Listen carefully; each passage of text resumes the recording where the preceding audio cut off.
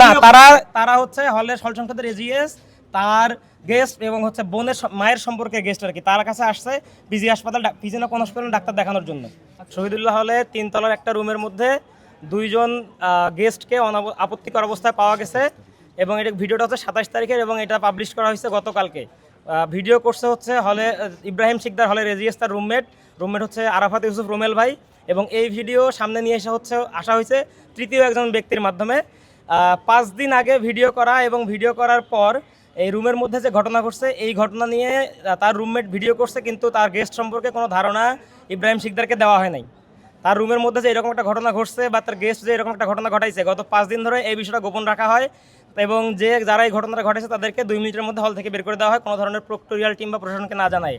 এখানে প্রথম প্রশ্ন হচ্ছে, প্রক্টোরিয়াল টিম বা প্রশাসনকে না জানায় তাকে বের করে দেওয়া হলো এবং এইটা গোপন রাখা হলো সবার থেকে। এই 5 দিন গোপন রাখার উদ্দেশ্য কি?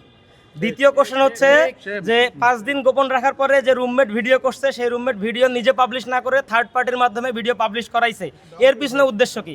আসলে মূলত ঘটছে কিনা বা না, ভিডিওর মধ্যে আপনারা যা দেখছেন আমরাও তাই দেখছি। ভিডিও তো অসত্য না, ভিডিও সত্য। ভিডিওর মধ্যে আপনারা যা দেখছেন আমরাও তাই দেখছি, কিন্তু ভিডিওটা 5 দিন গোপন রাখা হয়েছে কি উদ্দেশ্যে, এটা হচ্ছে প্রশ্ন।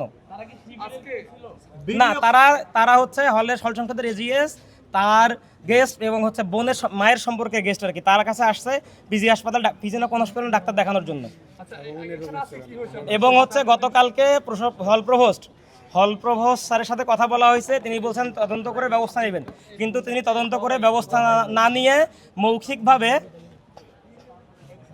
মৌখিকভাবে হলের ছাত্রদলের কাছে জানাইছেন যে এজিএস এর সিট বাতিল করা হয়েছে। মৌখিকভাবে ছাত্রদলের প্রেসারে সে সিট বাতিল করছে বলে সিট বাতিল করছে এবং এটা মৌখিকভাবে জানাইছে হচ্ছে ছাত্রদলের ছেলেদের কাছে। কোনো ধরনের নোটিশ নাই, কোনো ধরনের অফিসিয়াল প্রসিডিউর নাই। কার সিট বাতিল করছে? হলের এজিএস এর। এবং হচ্ছে যে আজকে যখন এটা নিয়ে তদন্ত করা হবে, তদন্ত করে ডিসিশন নেওয়া হবে, কিন্তু সেটা না করে তারা কি করছে, ডিসিশন নিয়ে তদন্ত করতেছে এবং বলতেছে আমাদের তদন্ত কমিটি ইন্ডিপেন্ডেন্ট। তদন্ত কমিটির মিটিং ছিল 2:30-এ। খুব স্বাভাবিকভাবেই তদন্ত কমিটির মিটিং শুরু হওয়ার পর সেখানে কেউ ঢুকতে পারবে না। তদন্ত কমিটির মিটিং শুরু হওয়ার পর 2:30-এর পর 3:10-এর দিকে ছাত্রদলের 2জন তদন্ত কমিটির রুমের মধ্যে মিটিং চলাকালে ঢুকে। হাদিউল ইসলাম এবং রবিউল ইসলাম নাহিদ, এই 2জন রুমের মধ্যে ঢোকে এবং এখান থেকে স্পষ্ট হয় যে তদন্ত কমিটি বা তদন্ত বায়াসড, খুবই স্পষ্ট। কারণ তদন্ত শুরু হওয়ার পর সেখানে কেউ ঢুকতে পারে না এবং তদন্ত শুরু হওয়ার পর তারা যখন বের হয়ে আসে, আমরা ছাত্র শিবিরের যারা ছিলাম তারা উপরে অপেক্ষা করতেছিলাম আর ছাত্রদলের যারা ছিল তারা বাইরে অপেক্ষা করতেছিল।